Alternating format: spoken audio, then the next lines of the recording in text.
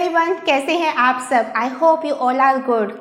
तो जैसा कि हमारी जेईई मेंस की डेट्स आ चुकी हैं, so this is the time to accelerate our studies too.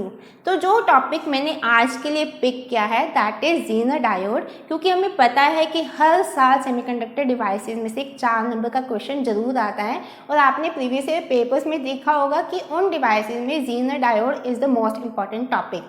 तो अगर आप आज के वीडियो को अच्छे से देखते हो till end, then you will get to know what is Zener diode, how do we solve the questions related to it, and I am sure कि आपको वो 4 नंबर सिक्योर करने में बहुत हेल्प मिलेगी इन आवर अपकमिंग एग्जाम। तो आगे बढ़ने से पहले we should have a quick revision on what is Zener breakdown and what is avalanche breakdown. मैंने यहाँ पर एक ग्राफ प्लॉट किया है to show the typical V I characteristic of a common PN junction. अगर मैं एक कॉमन पीएन जंक्शन डायोड में क्या होता है, पी टाइप में हमारे होल्स ज़्यादा हैं, एन टाइप्स में इलेक्ट्रॉन ज़्यादा है, ये हम सबको पता है।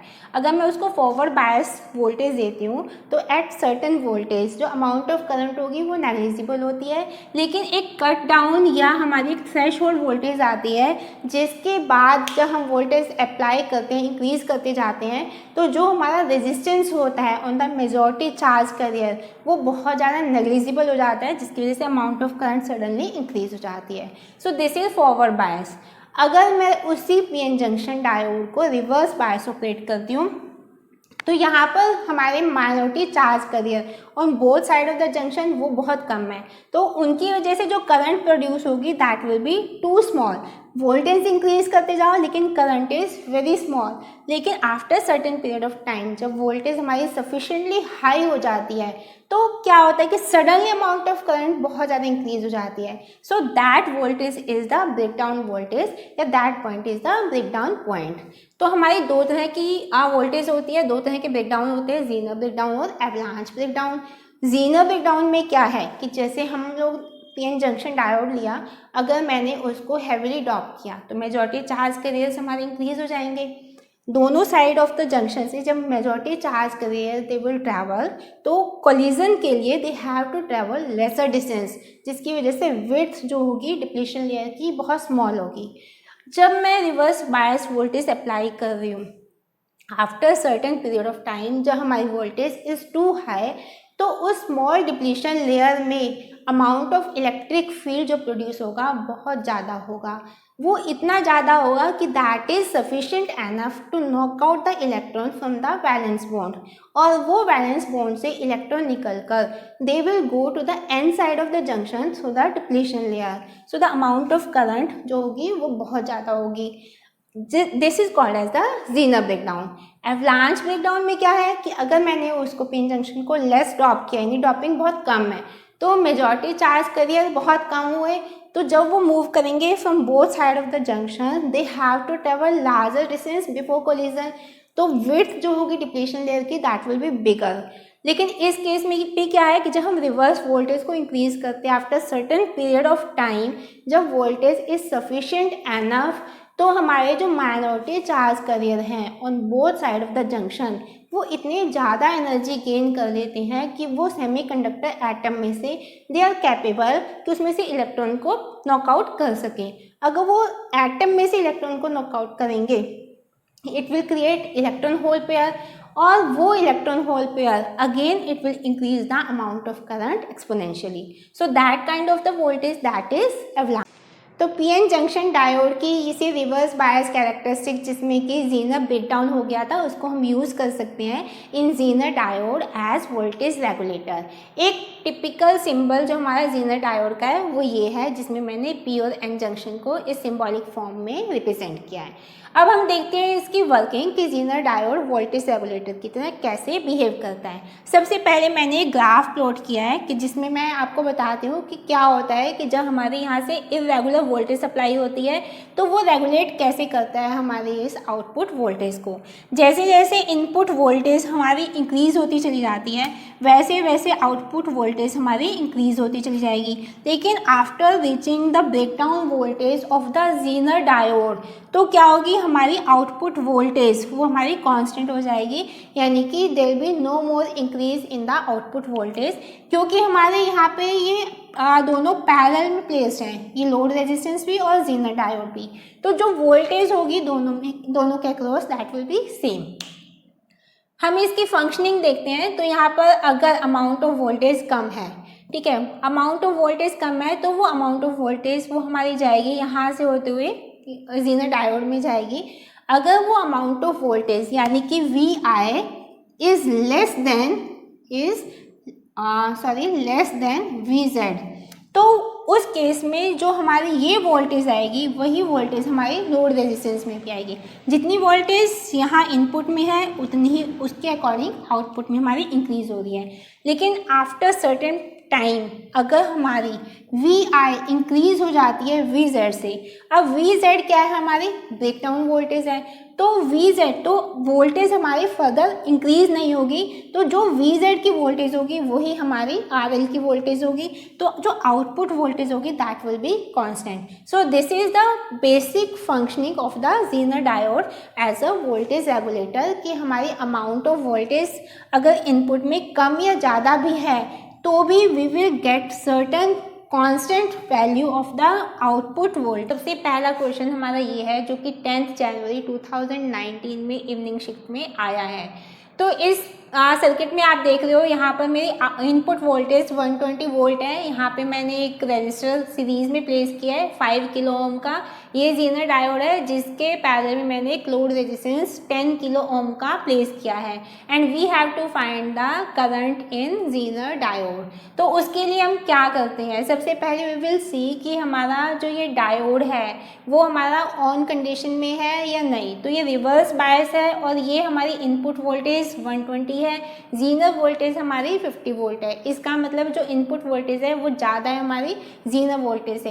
तो यहाँ पर ज़ीनर ब्रेकडाउन होगा तो यानी कि जो वोल्टेज हमारी ज़ीनर डायोड में होगी वही वोल्टेज हमारी यहाँ पर लोड रेजिस्टेंस में होगी। तो यानी कि VL that will B 50 volt और हमें RL दिया हुआ है 10 किलो ओम, तो उससे हम लोग IL निकाल सकते हैं 50/10 यानी कि ये आ जाएगा हमारा 5 मिली एम्पियर। अब हमारा यहाँ पर 5 मिली एम्पियर का ये है। अब हमारी यहाँ पर ज़ीनर वोल्टेज 50 वोल्ट है, तो यहाँ पर सीरीज़ में जो रजिस्टर है इसमें हम अमाउंट ऑफ वोल्टेज निकाल सकते हैं। तो VS that will be equal to 120 minus 50 यानी कि 70 वोल्ट हमारी यहाँ पर इस रजिस्टर में वोल्टेज रहेगी और इसका रेजिस्टेंस RS है हमारा 5 किलो ओम। तो इसमें जो अमाउंट ऑफ करंट होगी IS दैट विल बी 70/5 यानी कि 14 मिली एम्पियर। तो हमें अब यहाँ पर करंट निकालनी है IZ, तो IZ will B IS minus IL, so that will B, क्योंकि जो करंट हमारी यहाँ से गई वो अब हमारी डिवाइड हो गई यहाँ पर, तो ये हमारी IL है, ये हमारी IZ है, ये हमारी IS है। तो इसको हम लोग लिख सकते हैं IS हमारा है 14 minus 5, so IZ will be 9 milli ampere. So this will be our answer. अच्छा, ये क्वेश्चन है, ये हमारा 12 अप्रैल 2019 में इवनिंग शिफ्ट में आया है। तो इसको भी हम लोग सॉल्व करेंगे। तो इसमें आपको इनपुट वोल्टेज जो दी हुई है उसकी रेंज है 10 वोल्ट टू 16 वोल्ट। सीरीज में हम लोगों ने एक रजिस्टर प्लेस किया है 2 किलो ओम का, ज़ीनर डायोड है 6 वोल्ट इसकी ब्रेकडाउन वोल्टेज है और लोड रेजिस्टेंस हमारा यहाँ पर है 4 किलो ओम का। And I have to find the maximum Zener current जो इसमें से पास हो सकती है। अब ये जो 10 वोल्ट है 16 वोल्ट जो हमारी वोल्टेज सप्लाई है that is more than this Zener voltage, यानी कि जो ज़ीनर वोल्टेज होगी वही हमारी वोल्टेज यहाँ पर आएगी, यानी कि इस केस में भी हमारा VL जो होगा that will be equal to VZ यानी कि 6 वोल्ट, ठीक है। तो और यहाँ पर हमें RL दिया हुआ है 4 किलो ओम, तो हम लोग IL निकाल सकते हैं यहाँ से 6/4 यानी कि 1.5 मिली एम्पियर। अब हम लोग यहाँ पर देखते हैं, अगर मैं 10 वोल्ट सप्लाई लेकर चलती हूँ, मिनिमम सप्लाई लेकर चलती हूँ, तो 10 में से 6 हमारी यहाँ गई तो इधर हमारी बचेगी 4 वोल्ट। उस केस में अगर मैं 4 वोल्ट लेकर चलती हूँ, 4 वोल्ट की हमारी वोल्टेज है, रेजिस्टेंस हमारा 2 किलो ओम का है, तो उस केस में हमारा IS कितना हो जाएगा 4/2 यानी कि 2 मिली एम्पियर। अगर मैं 16 वोल्ट की सप्लाई लेकर चलती हूँ तो उस केस में जो वोल्टेज इसमें रहेगी, सीरीज रेजिस्टर में रहेगी, दैट विल बी 16 माइनस 6। तो उस केस में हमारी Vs रहेगी 16 माइनस 6 यानी कि 10 वोल्ट। और उस केस में हमारी Is यानी current that will be equal to 10/2 यानी कि 5 मिली एम्पियर। अगर हमारी करंट 2 मिली एम्पियर है तो यहाँ से करंट इधर जाएगी और इधर जाएगी, तो हमारी यहाँ पर चली गई 1.5, तो इसमें बच जाएगी हमारी 0.5। अगर हमारी Is 5 मिली एम्पियर है, यहाँ पर गई 1.5, तो यहाँ पर कितनी बच जाएगी, हमें क्या निकालना है, यहाँ पर Iz मैक्सिमम निकालना है। So that will be equal to जो हमारी यहाँ पर मैक्सिमम वोल्टेज होगी दैट विल बी 10। ठीक है, तो 10 के अकॉर्डिंग जो हम लोगों ने करंट लिया दैट इज 5 मिली एम्पियर, तो 5 माइनस 1.5 that will be equal to 3.5 milli ampere, that will be the maximum current in the Zener diode. Is our next question जो हमारा 16 अप्रैल 2018 के जेईई मेन के पेपर में आया है। तो इस सर्किट में हम देखते हैं कि हमारी इनपुट वोल्टेज 15 वोल्ट की है। यहाँ पर मेरा सीरीज़ में जो रजिस्टर है वो हमारा 500 ओम का है, और यहाँ पर मेरा जो लोड रेजिस्टेंस है दैट इज़ 1500 ओम, और ये ज़ीनर डायोड है जिसकी ब्रेकडाउन वोल्टेज 10 वोल्ट की है। And I have to find the Zener current. तो उस केस में भी हम यहाँ पर देखते हैं जो हमारी इसकी वोल्टेज होगी वही हमारी लोड रेजिस्टेंस की वोल्टेज होगी। तो हम लोग IL कैलकुलेट कर सकते हैं VL अपॉन RL यानी कि 10/1500 यानी कि 1/1/150। अब हमारी जो यहाँ पर वोल्टेज 10 वोल्ट आई है, 15 वोल्ट की हमारी सप्लाई है, तो यहाँ की Is जो हमें कैलकुलेट करनी है that will B Vs upon Rs। तो Vs हमारे जो वोल्टेज होगी यहाँ की वो कितनी होगी, 15 माइनस 10 यानी कि 5 वोल्ट हमारी यहाँ की वोल्टेज रहेगी, और यहाँ का हमारा जो रेजिस्टेंस है दैट इज़ 500। तो करंट जो होगा हमारा यहाँ पर इस रेजिस्टर में 1/100। तो जो करंट हमारी ज़ीनर डायोड में जाएगी तो Iz that will be equal to Is minus IL यानी कि 1/100 minus 1/150 that will be equal to 1/300 यानी कि 3.3 इंटू 10⁻³ एम्पियर की हमारी करंट रहेगी इसमें ज़ीनर डायोड में।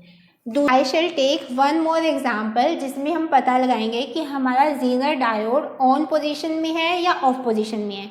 इसको हम पता लगा सकते हैं by seeing the value of RL, यानी कि लोड रेजिस्टेंस की कितनी वैल्यू है उससे यहाँ पर अमाउंट ऑफ वोल्टेज कितनी आ रही है, उससे पता चलेगा कि हमारा जो ज़ीनर डायोड है वो ऑन है या ऑफ है। सपोज इन दिस केस जिसमें हमारी इनपुट वोल्टेज 16 वोल्ट है, सीरीज़ में मैंने 1 किलो ओम का एक रेजिस्टर प्लेस किया है, लोड रेजिस्टेंस 1.2 किलो ओम है और ब्रेकडाउन वोल्टेज 10 वोल्ट है। तो सबसे पहले यहाँ पर मैं क्या करूँगी, मुझे देखना है कि यहाँ पे वोल्टेज सप्लाई कितनी आ रही है। तो उसके लिए सपोज़ कि हमारा जो ये बीच में ज़ीनर डायोड है ये हमारा भी ऑफ पोजीशन में है। अगर ये ऑफ पोजीशन में है तो यहाँ पर कुछ भी अमाउंट ऑफ करंट वोल्टेज हम उसको 0 मान के चलते हैं। अभी उस केस में हम लोग यहाँ पे ये वाला रेजिस्टर और ये वाला रेजिस्टर हम सीरीज में लेकर चलेंगे, तो टोटल रेजिस्टेंस कितनी हो गई 1 + 1.2 यानी कि 2.2 किलो ओम, ये हमारी टोटल रेजिस्टेंस है। उस केस में हमारी करंट जो होगी, क्योंकि सीरीज में है तो करंट सेम होगी, तो करंट जो होगी I current that will B 16/2.2। और उस केस में अगर मुझे यहाँ पर वोल्टेज निकालनी है तो VL that will be equal to 1.2 into 16/2.2। तो इसको मैं कैलकुलेट करूँगी दैट विल बी रफली अराउंड 8.73 वोल्ट। तो अगर ये 8.73 वोल्ट है जो कि इस ज़ीनर ब्रेकडाउन वोल्टेज से कम है, इसका मतलब हमारा ज़ीनर डायोड क्या है वो ऑफ पोजीशन में है, क्योंकि अमाउंट ऑफ वोल्टेज जो आउटपुट वोल्टेज है that is less than this Zener voltage. अगर मैं यहाँ पर रजिस्टर 3 किलो ओम का ले लेती हूँ तो टोटल जो अमाउंट ऑफ रेजिस्टेंस हो जाएगा हमारा Rs + RL that will B 1 + 3 यानी कि 4 किलो ओम का हो जाएगा। उस केस में जो हमारी करंट होगी I विल बी 16/4 यानी कि 4 मिली एम्पेयर की हमारी करंट होगी। और उस केस में अगर मैं VL कैलकुलेट करूँगी, VL विल बी 3 × 4 यानी कि 12 वोल्ट। हमारा यहाँ पर वोल्टेज जो आ रही है वो हमारी 12 वोल्ट की आ रही है। तो ये जो 12 वोल्ट की वोल्टेज अगर मेरी आउटपुट में आ रही है तो इसका मतलब क्या है कि ये हमारा अगर 10 वोल्ट पे ब्रेक डाउन हो रहा है तो 10 से ज़्यादा वोल्ट तो हमारी आउटपुट में आ ही नहीं सकती। इसका मतलब यहाँ पर ये जीनर डायोड हमारा फंक्शनिंग में हो जाएगा।